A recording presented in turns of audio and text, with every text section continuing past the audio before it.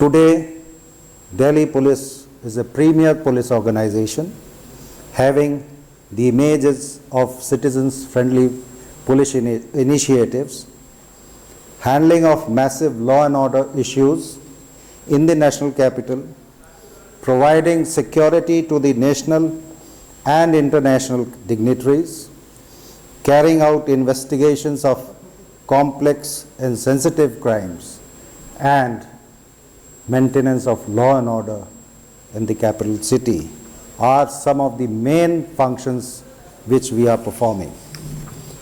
Delhi Police has always laid down the golden standards for all other police forces of the country to emulate.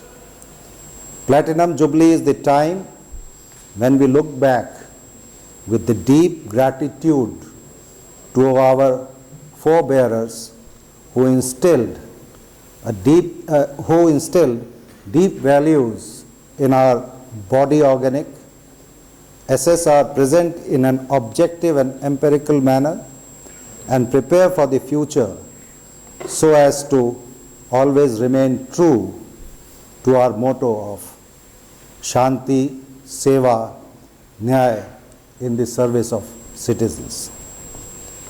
Today, we have assembled to unveil the logo that will define Delhi Police's outreach to the nation at large in its Platinum Jubilee year. The first formal event in this Platinum Jubilee year is the launch of Delhi Police's Learning Series lectures. The aim of this series is to keep pace with fast changing society, economy, and technologies in all walks of life.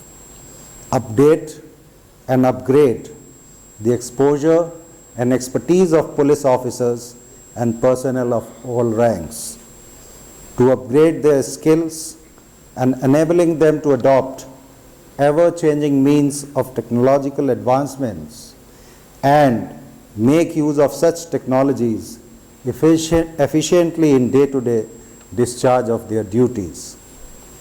There is a saying, the more I live, the more I learn. The more I learn, the more I realize how less I know.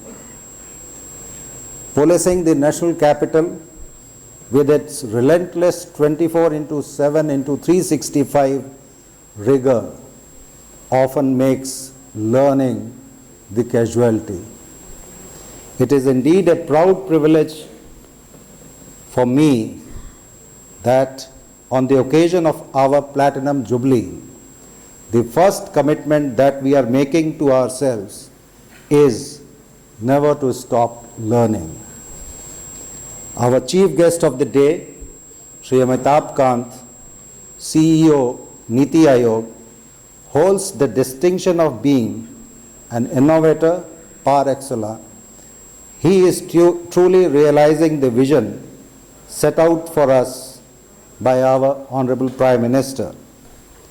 The big picture, as I call it, is what Shri Amitabh Kant symbolizes. Drishti hi srishti hai would be the most appropriate words to encapsulate what he means for the new India which is in the making. I am grateful to respected former commissioners who have graced this occasion. We remain deeply indebted to the values you all taught us and shall ever remain committed to realizing your visions for the force that you all so passionately served and led with distinction.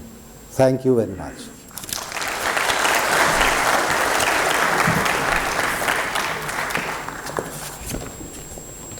Thank you, sir. Shubham karoti kalyanam arogyam dhana sampada shatru buddhi vinashaya deepa jyoti namostute. May I now call upon our eminent chief guest, Shri Amitabh Kant, to do the honor of lighting the first wick of the Platinum Jubilee lamp.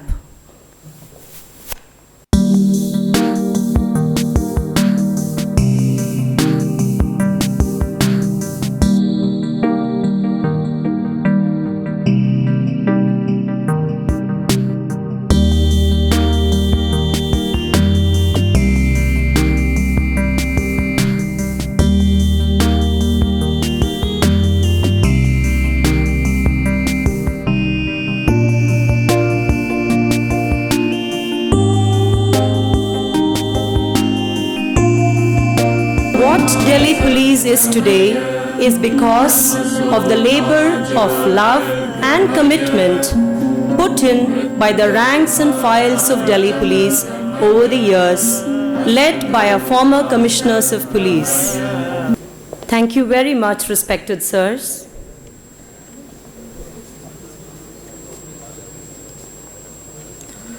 Tell me and I forget. Teach me and I may remember. Involve me and I learn. The Delhi Police Learning Series lectures is the beginning of a new paradigm in the history of Delhi Police. We are truly privileged that to deliver the very first lecture, we have amidst us the most eminent Sri Amitabh Kant, CEO of NITI Aayog. He is a 1980 batch Kerala cadre Indian Administrative Services officer. Sir is the author of Branding India, an Incredible Story, Incredible India 2.0, and has edited The Path Ahead, Transformative Ideas for India. Sri Amitabh Kant has been a key driver of the Make in India, Startup India, Incredible India, and God's Own Country initiatives that positioned India and Kerala state as leading manufacturing and tourism destinations. These campaigns have won several international awards and have embraced a host of activities.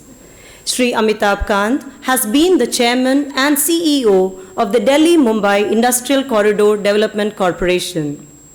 In Sir's capacity as Secretary, Department of Industrial Policy and Promotion, Government of India, he vigorously drove the Ease of Doing Business initiative and ranking of states on outcome parameters.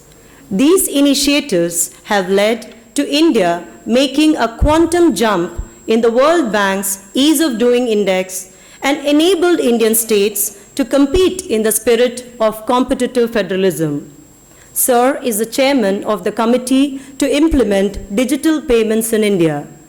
Sri Amitabh Kant has been the recipient of Economic Times Policy Change Agent of the Year Award, the Bloomberg TV Personality of the Year Award, the NDTV Administrator of the Year Award, and the Distinguished Fellowship of the Institute of Directors.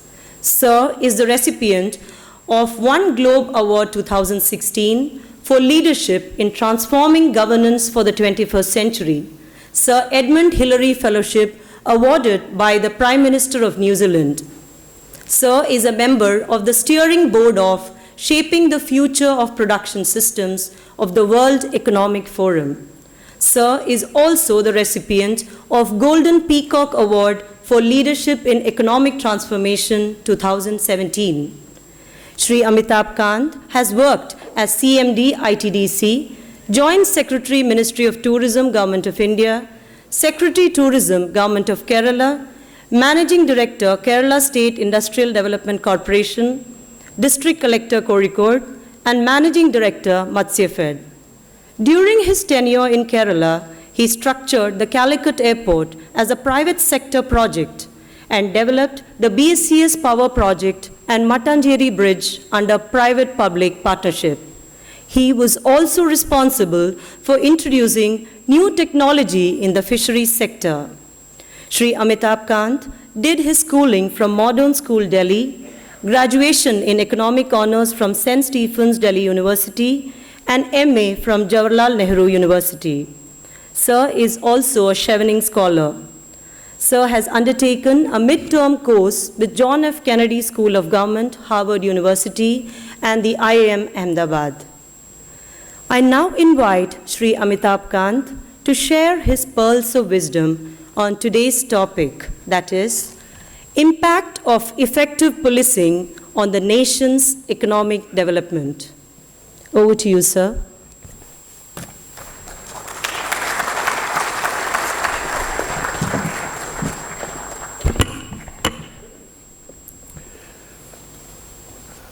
Distinguished Police Commissioner of Delhi, Mr. Rakesh Asthana, the very distinguished former police commissioners of Delhi, many of whom I have known personally, while growing up in Delhi, I've greatly admired them.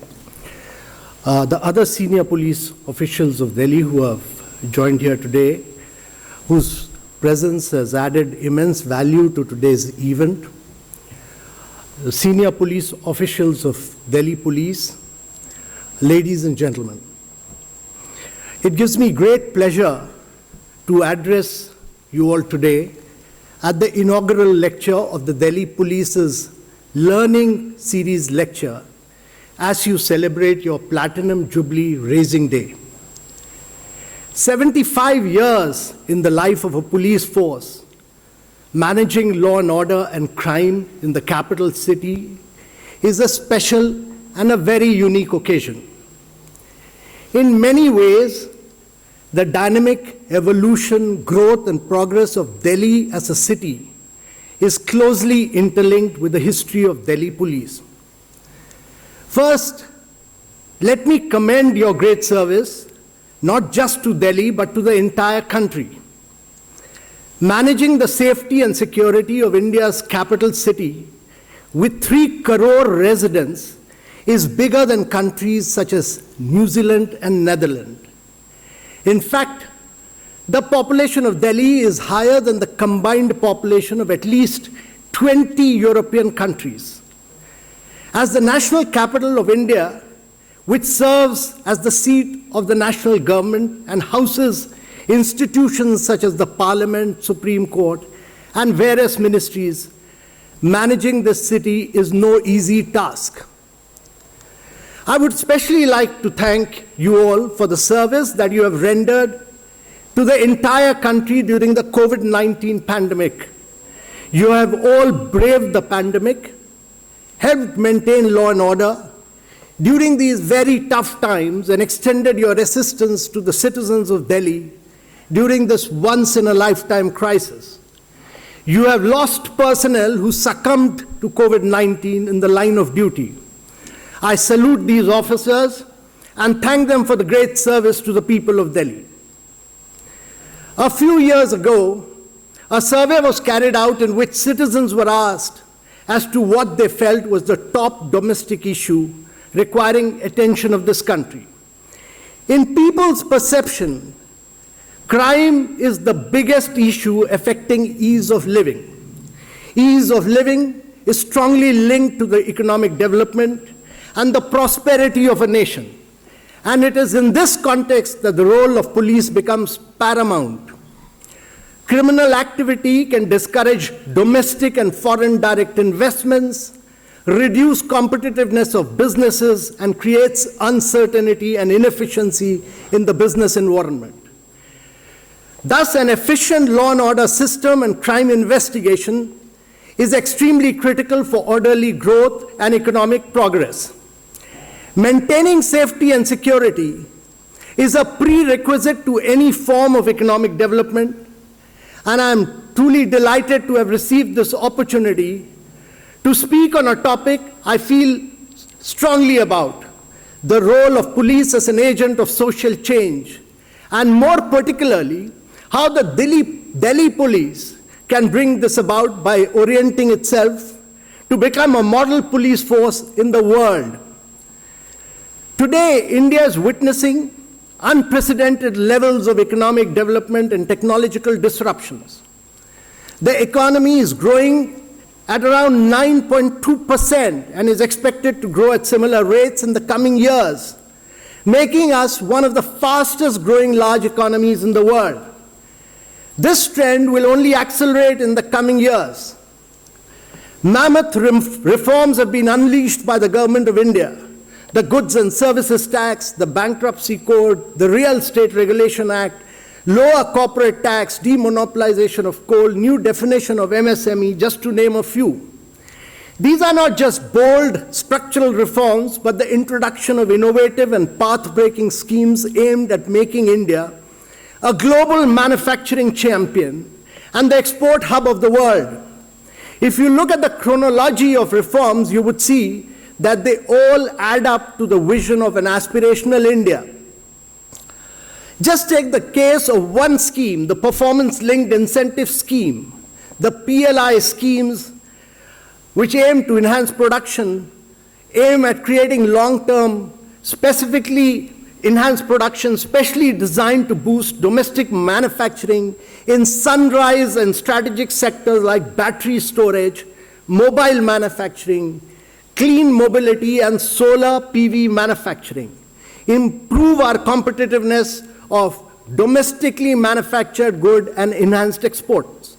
The minimum production in India as a result of this one scheme is expected to be over $520 billion in 5 years and make India an integral part of the global supply chain.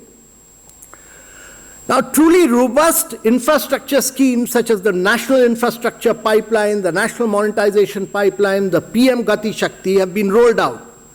Their combined effect will ensure integrated development of the world-class infrastructure with participation of both government and private sector. Innovative financial models such as infrastructure investment trust, REITs, etc. are being introduced across the infrastructure space. With necessary macro and micro growth drivers in place, the stage is set for investment cycle to kickstart and catalyze sustainable growth for cementing India's position as the world's fastest growing major economy on a long-term basis. The success of our vaccination drive is playing a major role in protecting lives, livelihoods, as well as accelerating economic recovery. India has administered over 170 crores of vaccine doses, including over 95 crores of first doses, over 73 crores of second shots, and around 1.45 crores precaution doses. This is a mammoth achievement in a country which is bigger than about 26 countries of Europe. We have the world's largest health insurance scheme in the world in the form of Ayushman Bharat, which gives benefits totally digital, totally cashless, paperless, gives benefit to 500 million Indians, that is 50 crores Indians. Just as there cannot be accelerated and inclusive development without strengthening socio-economic outcomes through such schemes, we cannot think of economic development without a modern, forward-looking, and an efficient police force. Digitization has played a crucial role in empowering Indian citizens and unleashing transformative change in our lives. Today, we have over 750 million mobile internet users and add a new internet user every 3 seconds. The powerful backbone that we have created in the form of JAM Trinity, India is the only country in the world which has 1 billion mobile users, 1 billion biometric, and 1 billion bank accounts. And this gives a completely new dimension to financial inclusion in the country. The most path-breaking initiative has been the Unified Payment Interface, which has totally revolutionized the payment ecosystem. As a result of this platform approach, we have some of the best fintech startups emerging and providing basic as well as niche services. Our push is just not limited to financial inclusion, but also health and education. With increasing access to tech-based infrastructure, electricity, affordable internet connectivity, we are well poised to leap and become a global digital hub. Within a short period of time, since we launched the Startup India Hub in 2018, we have become the 3rd largest startup ecosystem in the world. Delhi Police is already seen as an efficient organization. Given the vulnerability of the city of Delhi as a national capital and the challenges on security front posed by the terrorist forces inimical to the country, Delhi Police has succeeded in preventing any major terrorist event in the last many years. Maintaining law and order in the city and prevention and detection of heinous offenses are challenging tasks, and that you have done with great deal of efficiency. Your humane touch in management of the pandemic is exemplary, and many police forces in the world can learn a lesson from you. The present government is very supportive of the police and is committed to the maintenance of excellent law and order. The current government has gone all out in its endeavor in police reforms and transformation, from totally changing the formats of annual conference of DGPs by holding it in different regions of the country, to the Prime Minister himself spending full 2 to 3 days with the DGPs, participating and interacting in all deliberations and giving his critical insights and inputs to radically enhance reforming and increasing allocations, etc. It is only imperative that Prime Minister's initiative in increasing the pace of economic, industrial, and infrastructure growth must be reciprocated by the force. A true requisite of economic development requires, to my mind, the rule of law. This gives rise to safety, sense of security, and a trust in society which enables millions and millions of transactions. In modern economies, some of the projects are large and require protection through contract acts. Also, economic activities are stimulated when there are less uncertainties and verification processes are efficient and smooth. Police has to play a major role in all this. More importantly, police, which is the most visible form and the front face of the government, should inspire a great sense of confidence. You at the Delhi Police have a huge opportunity, a massive opportunity, an opportunity to transform. You are at the historical juncture to emerge as a model police organization. Your ambition should be to emerge as the best police organization in the world, not just in India. Within the four corners of the law, there is ample scope, interpretation with higher echelons to facilitate the development agenda. But often, colonial and age-old and flat-footed mindsets and attitudes become serious obstacles in developmental schemes and ideas, most often due to lack of understanding or lack of application of mind. Sometimes serious and deliberate misuse of criminal laws in business development contract activities through police or courts has become common modus operandi of unscrupulous elements, and police quite often, wittingly or unwittingly, becomes a party. One wrong and unhelpful step leads to years of hard work and big potential of success of big projects or budding in promising startups gets huge setbacks, and at times fold up, leading to huge financial losses, not only to individual entrepreneurs, but of public money. This impacts not merely the credibility of the force, but also the government. Police, therefore, is a very important actor in India's development story, and I am of the opinion that you at Delhi Police must lead the way. From being status quoist to an enabler of social and economic change should be the first step. The first change has to be to discard the notion maintained in several quarters of police being an organization content to maintain status quo. Until recently, a good police officer was the one who would keep their area quiet. Their objective was to make the event pass peacefully. But in a country experiencing a very rapid social transformation, increasingly, police is seen as an important facilitator for this change. Being the most visible enforcement arm of the state, they have to become and perceive to be partners, facilitators of India's economic progress in every way. Simultaneously, there is a need for a conscious endeavor to obliterate the perception of being a status quoist and encourage fair, just, and legal developmental activities. You have to uphold the rule of law by law and therefore provide an environment of peace, safety, and security. You also have to provide necessary services to businesses like verification and licensing in a time-bound manner because it has financial implications. We all have to understand that most of the institutions that we see today were created years ago, many of them during the British period, at a time when success was measured not by adaptability, proactiveness, and agility, but rather the ability to maintain stability. That is, maintain the status quo. But my firm belief is that no modern institution can succeed if it remains in existence to only maintain the status quo. The success of a modern institution, therefore, is measured by agility and adaptability. In the context of a police force, adaptability and agility are the key to the prevention of crime. This means constantly evolving ourselves to a dynamically changing environment, taking risks and innovating and embracing technology. Take the example of a country like Estonia. They are known to be the global pioneers of e-governance. 99.9% of the citizen services are online. Tax filing can be done in under 5 minutes, and they are able to access all their healthcare information from a decentralized database which is blockchain operated. This requires, most important of all, a vision.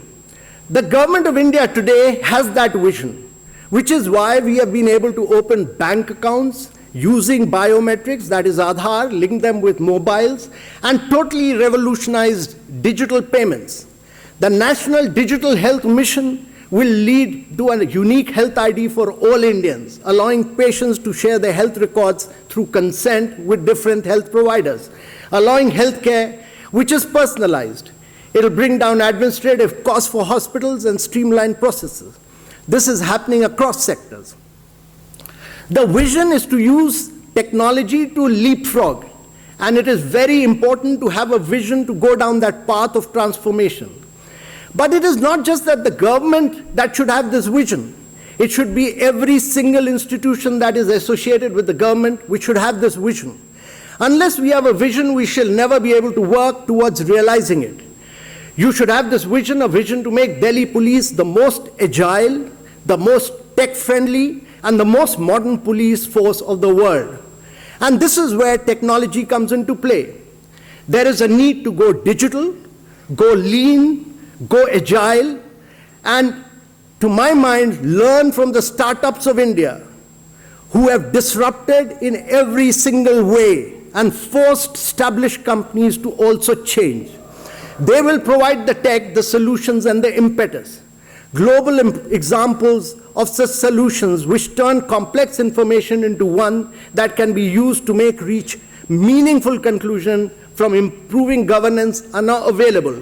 OpenGov, Transit Mix, Social Glass are just some of the many examples. I would especially like to highlight the opportunity offered by technological changes.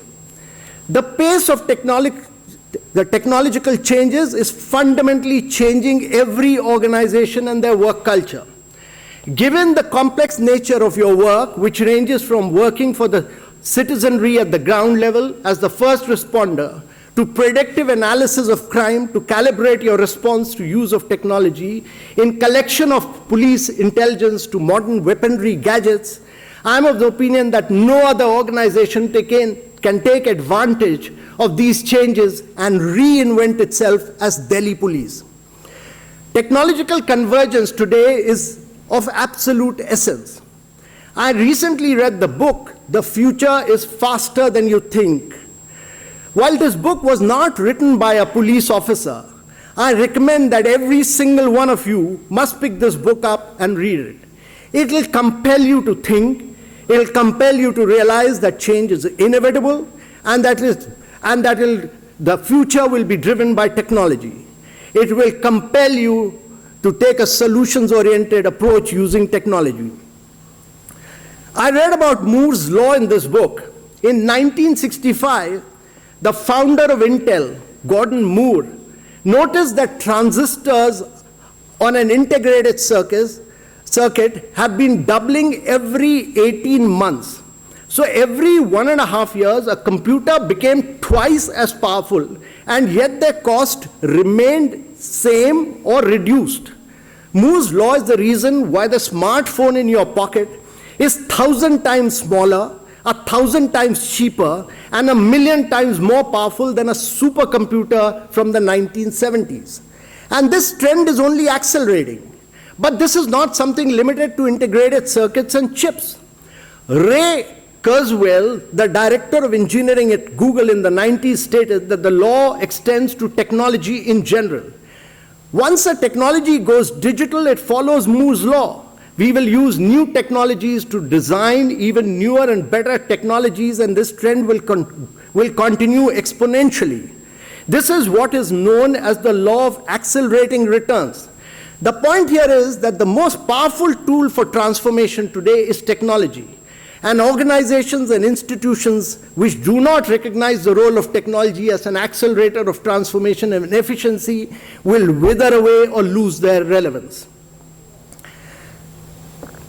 Data is an immensely powerful tool to revolutionize governance and bolster citizen-centric delivery of services.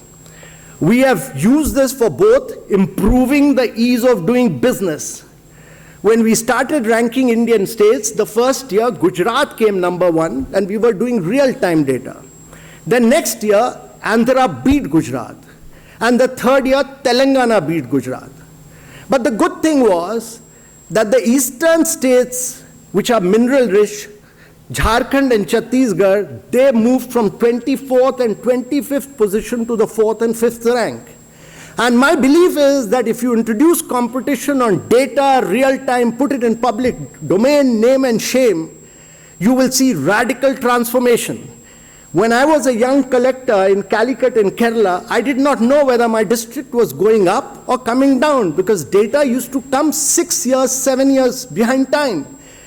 Today, that data is possible on a real-time basis because of technology. You access it on your mobile phone.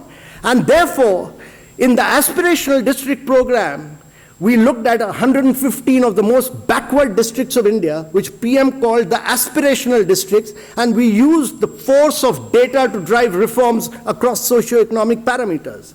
We ranked these districts based on 48 indicators of health, education, nutrition, and we've seen radical transformation. It has pushed districts to compete and work towards improving their rankings, because every collector was named and shamed, and we awarded collectors which did well. And therefore, by mere ranking and they have taken concrete developmental action. Today, some of these most difficult districts of India, as per an independent UNDP assessment, are doing better than even the better off districts of the country. In fact, in the union budget, the finance minister stated that 95% of these districts have in fact surpassed the state averages. I strongly encourage you to leverage data-driven competition to improve the police services. Pick up a few key indicators of law and order, crime prevention, and conviction rates. Ask a third party to rank various police stations across these parameters and put this out in public domain.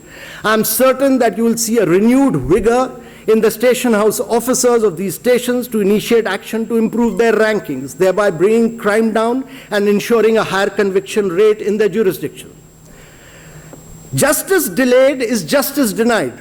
Police plays a major role in taking the evidence to the courts. However, police stations are also involved in numerous day-to-day activities apart from prevention and detection of crime and maintenance of law and order, which includes providing verifications and no objection certificates to different kinds of citizens. Therefore, a significant amount of time is lost to these other activities. Life for Indians would be transformed if government departments, including the police, provide maximum information and services through their portals, respecting the defined processes and timelines. For instance, the status of a complaint or timely intimation of the next steps involved. Today, while almost every police in the country may have an online reporting system of some form, these processes are highly cumbersome. Secondly, where online processes are used, please do not replicate and duplicate paperwork also. This creates even more burdensome job for the citizens. In the government, we often refer to the reduction in compliance burden as the key to the success of businesses and startups. If we can bring down hundreds of complex forms to one simple form and put everything online and allow the citizens to trace the progress of his FIR, we can make things easy for everyone, for the businesses and more for the citizens of India. Similarly, crime reporting should be a simple process. Click a picture, let the app pick up your coordinates, enter a description, and you should get a call back from the police. This will radically transform the citizen's perception towards you. Digitalization of all available data on a single platform is a must. GIS and robust data backbone makes even police even more highly effective. A police official on patrol will greatly benefit if their patrol cars have on board computers with access to GIS software and additional data sets, such as information on known criminals, history sheeters, etc. And police departments across the world use such tools to check in real time how many paroles or probationers were recently released on their beat, the conditions of their release, and if they violated any of these conditions. Delhi police and its police stations have a lot of data. It has a humongous amount of data. They are the most data-rich police in the world. They should use this data on a real-time basis, use the power of data analytics, and become a very highly data-intelligent police force. Police forces must not stop after digitization of records, but the focus must also be on automated record management systems. These should be linked to computer-aided dispatches. Essentially, our available records should be real-time, and they must be linked to a real-time response to emergency situations. These would vastly aid GIS and hotspot policing, location-based information. The police forces of India, I've long felt, must think of a centralized information storehouse. The police in the US, for instance, hold large volumes of data regarding immigration, criminal records, tax infringement in one single database. On the other hand, India does not really have a single database for the same. Most of the information is scattered. Our ability to link real-time information systems and databases across various police jurisdictions in the country would provide a huge impetus to modernization and efficiency enhancement of policing. Here, as you would be well aware, the Crime and Criminal Tracking Network Systems, CCTNS, aims at creating a comprehensive and integrated system for enhancing the efficiency and effectiveness of policing through adopting of principle of e-governance and creation of a nationwide network infrastructure. Delhi Police has proven their technology prowess by achieving the first rank in implementation of crime and criminal tracking network and systems. Riding on this momentum, Delhi Police, with its technical strength, needs to lead the nation into the trinity of nodes of the criminal justice system: the police, the courts, and the prisons. There are path-breaking technologies in the world which I strongly feel that Delhi Police must bring to India. If these are successful in Delhi, then they will encourage police forces across the country to adopt them. For instance, there's a technology which is able to detect gunshots based on microphones and acoustics installed in a crime-prone area. These have been proven to be very highly effective in USA. The police were able to apprehend the perpetrator who was on a killing spree in under 3 minutes. These are the kind of technologies which we must become more open towards. In fact, when it comes to focusing on the crime doers, artificial intelligence, machine learning, and the neural networks-based predictive modeling can also become a core pillar of proactive policing. A key challenge that police forces often have to grapple with is the challenge posed by the repeat offenders. Police departments in many parts of the world are now using predictive modeling to predict the likelihood of a perpetrator committing a crime again. And they design supportive programs from such individuals to reduce the possibility of repeat offenses. We deploy drones during high-profile events or during tense situations. I feel strongly that drones should become a part of active policing. These should be used for routine patrolling, especially in vulnerable spots such as crime-prone areas, poorly lit road stretches, etc. This would not just instill a sense of confidence among citizens, but also prevent crime, including crimes against women. 3D crime scenes imaging is quickly becoming an indispensable part of policing in the developed countries. From quickly gathering the data at the scene to preserving it for later analysis and creating effective presentations for criminal trials, the laser scanner is proving to be a critical tool for crime scene investigators. This allows all evidence to be permanently mapped on the crime scene and reduces the likelihood of criminals walking away free on account of lack of evidence. This would be the future of forensic technology. Another challenge faced in the city of Delhi is the issue of traffic. Congestion and traffic jams must not be seen as an issue which just causes time delays. It is much beyond that. In a fast-growing country, loss of time is the equivalent of reduction of productivity, and we simply cannot risk that. Secondly, congestion and traffic snarls lead to increased pollution from idling vehicles. This is very difficult in a country where climate action is becoming increasingly important. Our approach has to be reactive and not proactive. We should not think of going and clearing up traffic jams. Our management should be such that traffic jams do not occur in the first place. Today, the traffic signals in Delhi are interlinked. They are actually standalone. They do not react actively to the traffic situation. So if a signal is programmed to go green after 120 seconds, it would still do that irrespective of whether the entire stretch becomes choked or is completely deserted, or how the traffic situation is on nearby intersections. This has a ripple effect on traffic across the city. I know that you are working towards smart traffic signals, but this must be a citywide initiative. Without that, we would not see the desired scale of result. Here we must take a cue from what is happening across the world. Traffic signals are interlinked with each other. They are fed by pressure sensors on road. They are fed by real-time GPS data, and they react on real time to evolving traffic situations without the need for manual intervention. If we are able to do this in Delhi, we would be able to set an example for the rest of the police forces in the entire country. And this is a must for a city like Delhi, which is the national capital. I'm also confident that Delhi police is the only police force which can achieve this in the city.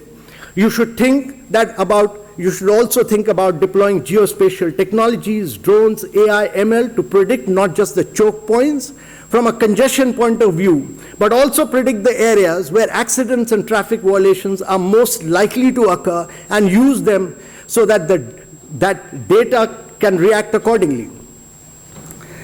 Our system is such that when viewed from the perspective of the victim who has already borne the brunt of the crime, the police has an onerous task to provide a healing touch.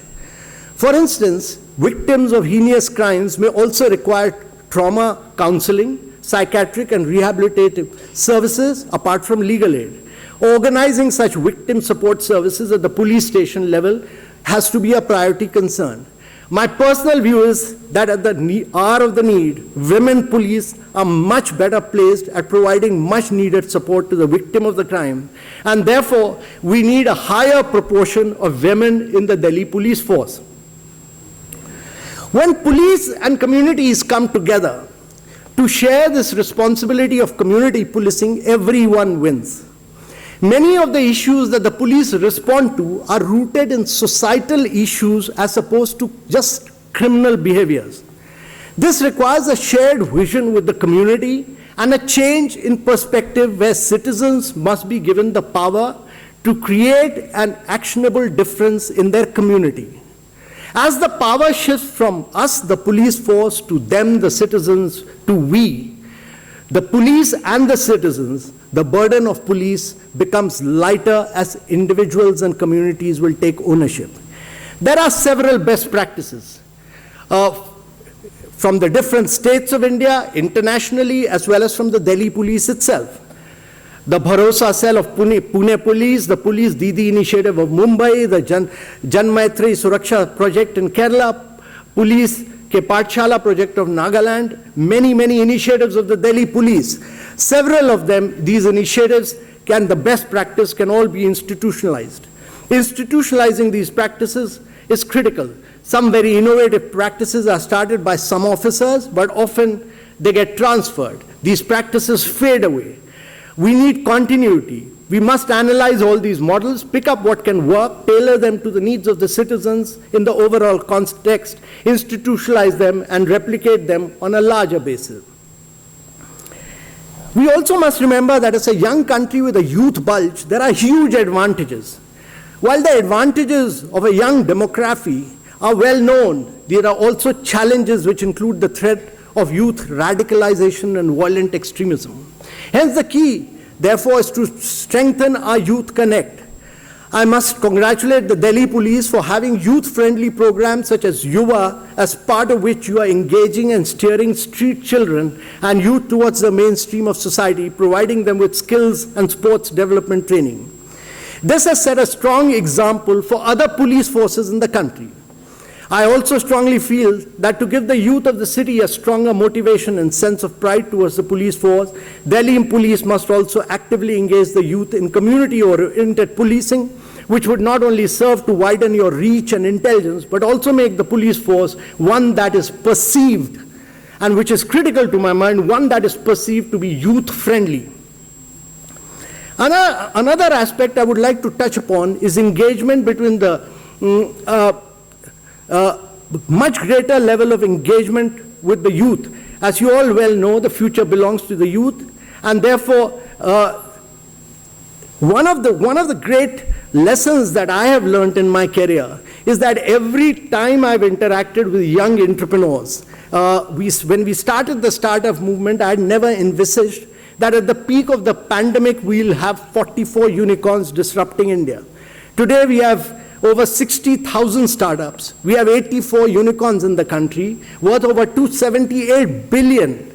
In 2027, during the pandemic, we witnessed 4 startups turning unicorn every single month. And today we have the world's 3rd largest startup ecosystem of the world. And therefore, I would suggest that the Delhi police should have a very, very close interaction with the startup community. On a daily basis, I get an opportunity to interact with young innovators and entrepreneurs who are driving tech adoption across a wide spectrum, from drones and geospatial technologies to artificial intelligence and robotics. They've been able to offer solutions to some of the most pressing challenges which are faced by the country, from education, improvement in learning outcomes to health outcomes. And my belief is that when we find solutions to the challenges of India, we are not finding solutions to the 1.3 billion people of India, but to the next 5 billion people of the world who are moving from poverty to middle class in the next decade. I strongly encourage Delhi police to tap into this vast talent pool of young innovators and entrepreneurs and use their expertise, solutions, and innovative methods to improve policing. There'll be plenty to learn and benefit from the startups. I'm delighted to learn that over the past few years, Delhi police has hosted hackathons and innovation challenges. We will be very happy to work together and partner with our own Atal Innovation Mission of NITI Aayog, which is at the forefront of fostering innovation in India. The key is to have these hackathons more frequently and mainstream the resultant innovations so that we ensure that the technical prowess of the force evolves dynamically rather than in a staggered manner. A police force which is modern, tech-savvy, and youth-friendly will also strike a chord with the youth of the city. Delhi police should not just see this as an opportunity to deepen their connect, but also an opportunity to attract a younger and more skilled talent pool during routine recruitment, bolstering the overall composition and technical capabilities of the police force. Police has a very pivotal and important role to play by enabling economic development. In fact, if you look at some of the industries which have been most affected by the pandemic, especially transport, tourism, and hospitality, these are the areas which are most dependent on the police. As the pandemic goes away, these are the sectors. Each one of them will require your compassion, your assistance, your support. Delhi police is the best positioned police force in India to lead from the front when it comes to reform. If you can transform yourself as an agent of change in an area as complex as the national capital, then you can become a model police force for not merely the entire Indian police forces and the paramilitary forces, but for the world to emulate. Since economic development will pick up only in a country or city with stable law and order and low crime, the role of police goes well beyond policing. Effective policing is the key driver of economic growth, and therefore it's very important that Delhi police should consider organizing an interaction with the businesses in different groups. large businesses, real estate businesses, MSMEs, startups, all of them. If you get the tag of the most business-friendly police, apart from a pioneer of citizen-centric policies, you would greatly serve the nation. People often comment that it is easy to state where you have to reach, but quite difficult to make it how to reach there. Indian police has a great number of good leaders, particularly Delhi police has a great number of good leaders, and it is important that they deliberate on making police as an agent of social change, as an enabler, as I would strongly recommend that you should also follow the model of very strong competition on just a few outcomes. The last point I want to focus on is behavioral change. An emerging field of improving governance is to study our interactions with the citizens from a behavioral angle, what is now broadly termed as the nudge theory. And it is said that it is very difficult to bring change without the nudge actually taking place, without a behavioral change. Long-term change happens when there is a behavioral change. It can't happen with just policing. And therefore, compliance to good many a thing can be dramatically improved by bringing out behavioral change in citizens as well as the constabulary. Delhi police should consider constituting a team of officers, study the experience of police officers across countries, and identify issues and challenges where behavioral insight can offer large dividend. Today, nudge theory has become an important point of driving behavioral change. We in NITI Aayog have a behavioral change unit of very young, dynamic people, and we'll be very happy to work in partnership with the Delhi police. For mutual trust and respect, a police force must look and conduct themselves like the citizens they serve. And this is where I think we will be very happy to partner you in all these aspects. Ladies and gentlemen, Delhi police is the pride of not merely Delhi, but entire India. You are all leaders of a very highly efficient police force. In a complex and rapidly changing world, we need to constantly transform ourselves to confront the world of tomorrow. Technology, artificial intelligence, machine learning, drones, geospatial technology, the use of real-time data, community interaction, and creating a sense of transparent competition holds the key to Delhi police becoming an agent of change and the best police force in the world. I wish Delhi police, the very dynamic police commissioner of Delhi, all the best, and his entire team all the best and a great future. Thank you very much, ladies and gentlemen.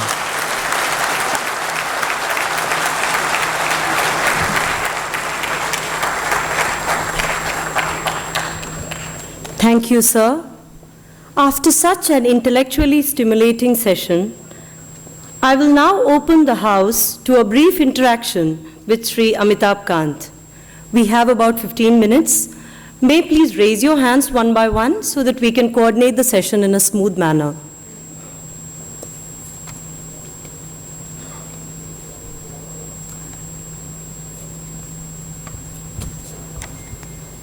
May we have the first question, please?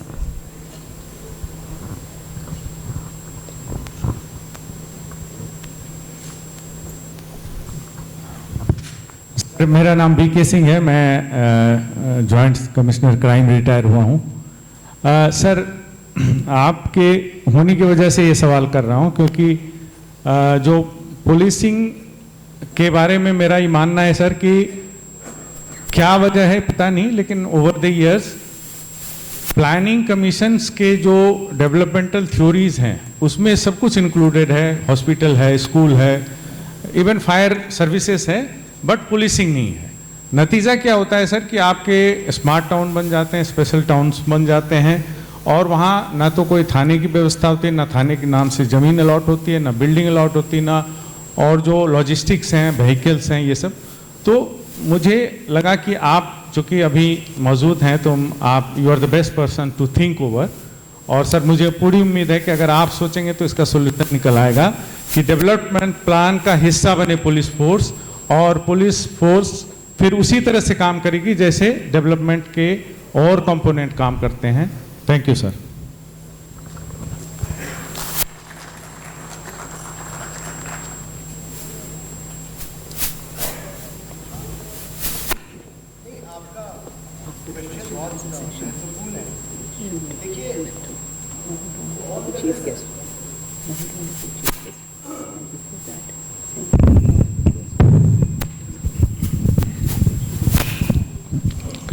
देखिए, आपका question बहुत महत्वपूर्ण है, क्योंकि मेरे विचार से जब भी हम इंटीग्रेटेड प्लानिंग करते हैं, तो जैसे हम स्कूल या हॉस्पिटल की प्लानिंग करते हैं, वैसे ही पुलिस को बड़ा उसका इंटीग्रल पार्ट होना पड़ेगा।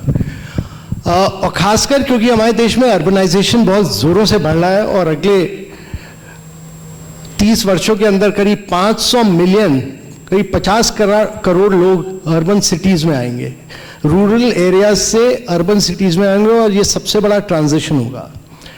तो जो स्मार्ट सिटीज, 100 स्मार्ट सिटीज बनी है, इसका बड़ा इंटीग्रल कंपोनेंट पुलिस फोर्स रहा है। और हर जगह ये कहा गया कि वहाँ जो कंट्रोल रूम बने या जो भी डेवलपमेंट हो, उसमें पुलिस बड़ा इंटीग्रल पार्ट हो। और मेरा तो विश्वास ये है कि जो भी हम प्लानिंग करें, जो भी डेवलपमेंट करें, हर चीज़ में, और क्योंकि क्या होता है, कई चीज़ों में इनोवेशन आता है। मैंने इसीलिए खास कहा कि हमारा अटल इनोवेशन मिशन हो, हमारी अर्बनाइजेशन प्लानिंग हो, हमारे जो भी इनिशिएटिव्स होंगे, सब में हम मिलके पुलिस को एक इंटीग्रल पार्ट बना रहे हैं हर चीज में, और बनाते रहेंगे हमेशा। और ये कोई डेवलपमेंट, कोई विकास हो नहीं सकता जब तक कि पुलिस उसका बड़ा इंटीग्रल पार्ट ना हो। तो मेरी तो विचारधारा पूरी, ये नीति आयोग की विचारधारा पुराने प्लानिंग कमीशन से काफी अलग है, और मैं तो जरूर इसमें हर चीज में इंक्लूड करूंगा। Thank you, sir. May we have the next question, please? Good evening, sir. Parvinder Singh, posted as DCP Outer here, sir. Sir, our base assumption has been that organized crime, weak governance and corruption, they are bad for development. Has NITI Aayog conducted any empirical study or research on this assumption, sir, to provide any data to improve our understanding on this subject, sir? No, we've not conducted any empirical study, but it is absolutely obvious, and it is borne by my own experience. When I was heading the Delhi-Mumbai industrial corridors, all the Japanese companies which came, they said we will not invest in Noida, we will invest in Gurgaon, simply because at that point of time the law and order situation was much better there. We are now seeing some kind of a reverse trend because of very high, better law and order seems to have improved this side quite enormously. So I have seen that if you look at overall investments across the country, where is investment gone in this country? It's just, and that's a huge challenge for this country. It's gone to just 5 or 6 states which are better governed, where there's better law and order, where the crime investigation is much better. I mean, you don't need any empirical study. The track record proves it over the last, if you look at the last 3-4 decades. So it is creating another kind of a paradoxical situation where some countries have moved ahead very fast with private sector investment. And let me tell you, no country in the world has grown at rapid rates without private sector investments. No country in the world post-World War II, whether it was Japan, whether it was Korea, whether it was Taiwan, nobody has grown at high rates without exporting. And that means that your turnaround time, your logistics, your use of technology has to be very fast. And this can all happen only where there is good law and order. And I think just forget the empirical study, just look at the record of investments in the states where it's taken place. Thank you, sir. Next question, please. Good evening, sir. I'm Alan Rao, retired DCP from Delhi Police. As we are talking about the digitization of everything here in this, our economy as well as in the crime situation also, cyber crime is increasing day by day, and there are no doubt there are policies by the government on the books only, but the practical aspect of this cyber crime solution, it does not match with the theory which we are listening to that. My question as well as suggestion is that there should be something done that should be practical aspects of this stopping of this or the prevention of this cyber crime must be stopped, because it is affecting our economy as well as mainly affecting to the older people. They are being victimized by this cyber crime. No, I think this is a very, very important question, and to my mind, cybersecurity will be the biggest challenge which the Indian society will be confronted with, simply because the speed of digitization is very, very rapid. So rapid that the huge amount of data flows. It's very important not merely that cybersecurity strength is built up by the Ministry of Information Technology through certain, or it's built up by Home Ministry, but every organization, every police force, every institution will have to build up its own strength in cybersecurity. I think very important to do this because that will be the biggest area of crime, of criminal offenses in the future. And therefore, don't rely on anybody else. Delhi police has to build up its own strength of cybersecurity. It has to be the world's #1 in cybersecurity. This will be the biggest challenge which the police forces will be faced with. So I have a question. India is a federal state where the responsibility of law and order is distributed at the state level. Now each of the state has a different growth curve, where some are very advanced, some are not so advanced, some have a lot of funding, some don't have funding at all. As we've seen in a lot of things, integrating the data is a very important thing, and any system that is evolved, we have a lot of pilot projects coming up in different states on many things which are very current. However, there's no integrated strategy to bring the states which are lagging behind at par and to have a standardized system of approach towards crime control. I just want to know what is NITI Aayog doing in terms of bringing parity across states on this issue. Yeah, so let me first tell you that NITI Aayog doesn't have a solution to all the problems of India. You know, if it was so easy to find a solution to all the problems in such a large country and a federal polity, we don't have all the solutions. But what our experience is, when we did the aspirational district program, we went down to the aspirational districts and the aspirational blocks. We worked with about 115 collectors in the entire machinery. We trained them fully. We fully trained them. We get data on a minute-to-minute basis, to an extent where the DC from Sikdema, in Chhattisgarh came to my office and he said, "Sir, I'm coming 5th. I opened my dashboard and checked up. By the time he had left his district and come to Delhi, he had moved from 5th to the 12th position. So real-time data is what we were getting from the districts and then verifying it on through a third party. And we were ranking these districts on a monthly basis and putting it out in public. Once you pick up this, that data will have to be accessed. It's not a difficult job. My own experience across has been that it's not a difficult job at all as far as data is concerned. It requires a lot of rigorous training. It requires a change of mindset.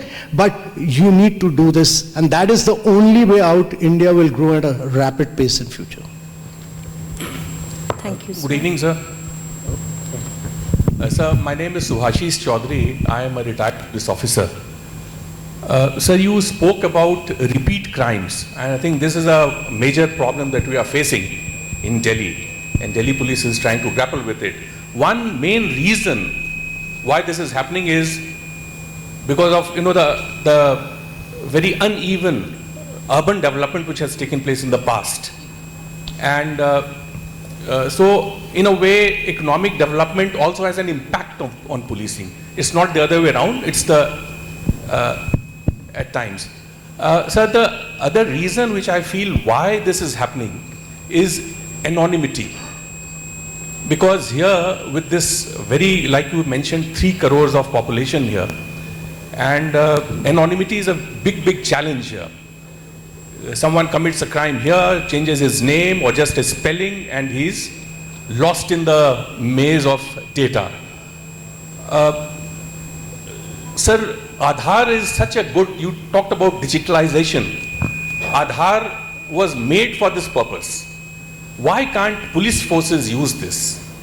We are not able to use this, just to verify. It can be a yes and no answer, whether this person is Sanjay or not, or Rakesh or not. That's it. But we are not able to use the database. I think, again, a very, very excellent question, because Aadhaar was actually, the basis of Aadhaar was to be able to do many of these things for social good. I mean, when I was working with the traditional fishermen. My job was to improve their production of fish catch. I was able to give them new nets, new fishing crafts. I introduced beach level auction in Kerala, but I could not open their bank account. Know your customer was a nightmare. It used to take me 8 to 9 months to open the bank account of fishermen. Now you can open a bank account using your biometric in less than a minute. So from 9 months to less than a minute has been the technological transformation. The objective of Aadhaar was exactly what you were saying, that we should be able to use identity for such social good purposes. You are aware of, in a democratic country, there are different kind of opinions and perspective, and this was hugely debated in the Supreme Court. And finally, the Supreme Court allowed the usage of Aadhaar subject to several limitations, including the fact that Aadhaar cannot be used by the private sector and various other things, including what you are saying. And saying that it will be a compromise on the individual's identity, etc., many things. I mean, if you get into the detail of that Supreme Court judgment. So I think the original objective of Aadhaar to that extent was lost, and I think we are looking at different alternatives to see how we can find this, because Aadhaar is the solution for many of the challenges of predictive behavior, etc., which you can do by tracking it on the only basis on which you can use this data effectively can be the Aadhaar. And therefore, I think we are all trying to examine within the existing constraints to see how we can find a solution to this. Right? Thank you, sir. We'll take one last question from sir. I compliment the Commissioner of Police for inviting Mr. Amitabh Kant here because I have worked with him past couple of years. And I know that he understands these issues much better than anybody else. I think the voluntary organizations you brought together, 130,000 of them during COVID times, is a great job you have done, sir. And then you were able to connect these voluntary organizations with district level and chief secretaries and all of us. That was something very important. You talked about the police being the agent of change, isn't it, sir? And you talked about transformation, social transformation. Well, I have a very small point to make because NITI Aayog has all that stuff in it. Recently, this thing, multi-dimensional study of poverty has been carried out by NITI Aayog. And that establishes a position that one of the biggest problems in Indian society is the huge gaps between haves and have-nots. On the one hand, we happen to be the 5th largest economy, 3rd mightiest country in the world on the military powers. On the other side, our position is 131 in human development indicators. So basically, when you talk about the police being the kind of agent for socio-economic change or transformation, that is the real job with us. Because the problem of economic development is not limited to the startups and unicorns and all that stuff. The economic development or economic change is more about the majority of people who are going down there. So NITI Aayog knows better than anybody else that how do you tackle that problem, because we are the ones, the policemen are the ones who really confront that situation where majority of crimes, majority of law and order, majority of disruptions, they emerge out of that kind of disparity. So any solutions about that? So first of all, wherever I go, they first ask me are you the younger brother of Mr. Amitabh Kant? So I have a tough time trying to tell them that my name is K-A-N-T and not K-N-T-H, and I have no relationship with him. So,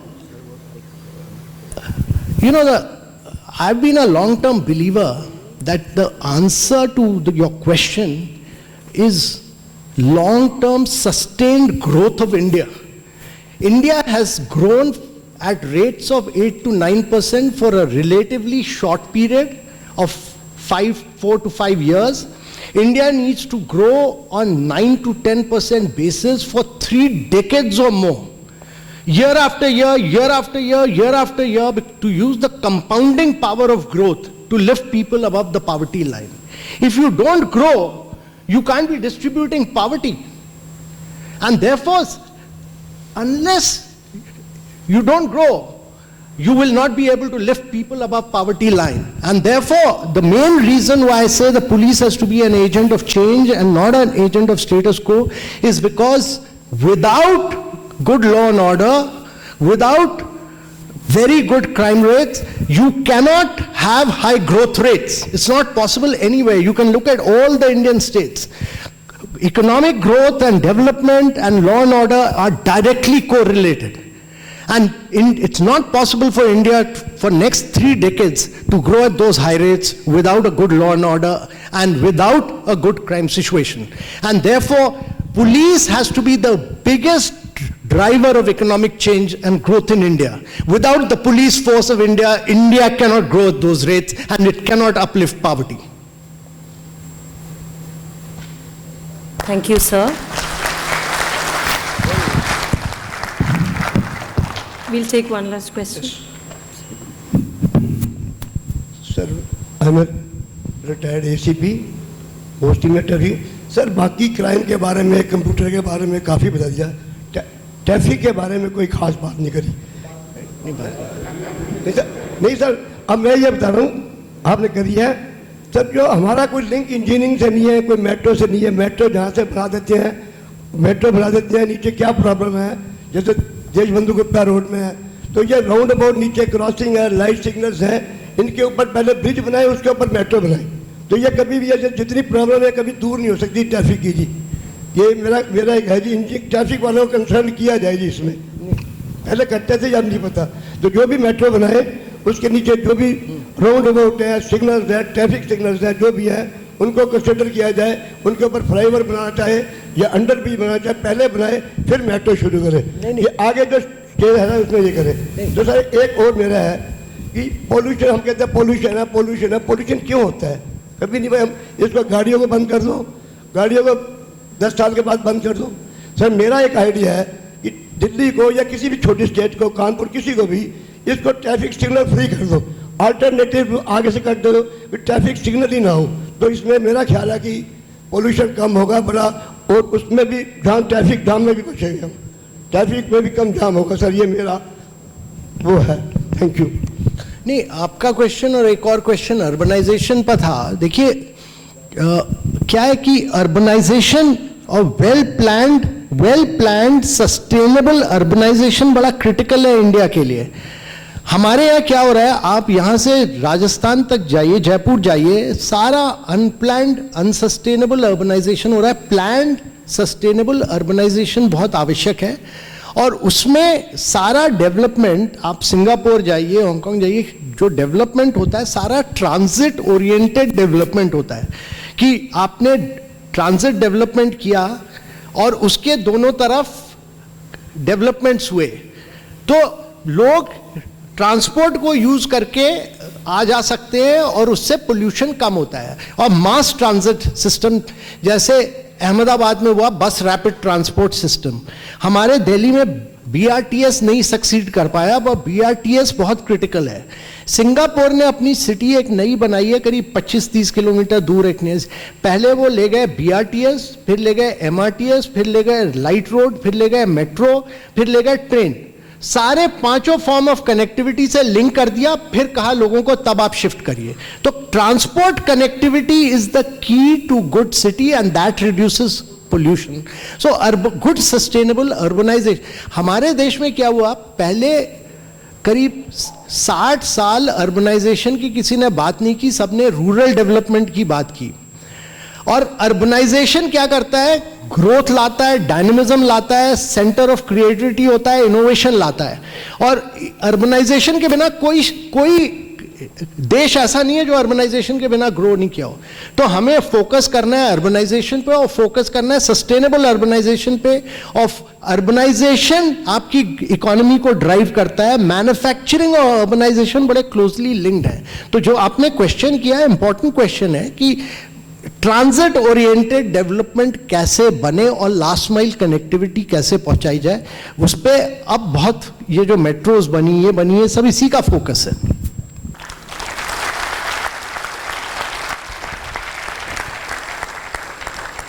Thank you, sir, for your inspiring words. Now I would request our Commissioner of Police, sir, to convey our deep gratitude to our chief guest, Shri Amitabh Kant, by presenting him with a memento on behalf of Delhi Police.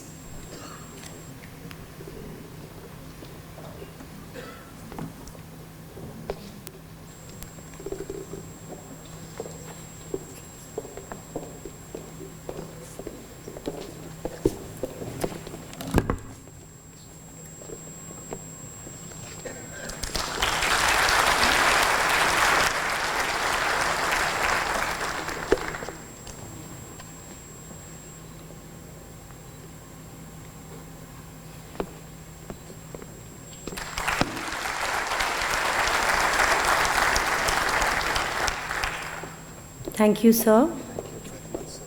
With this, we come to the end of today's proceedings. Thank you, everyone, for joining us today.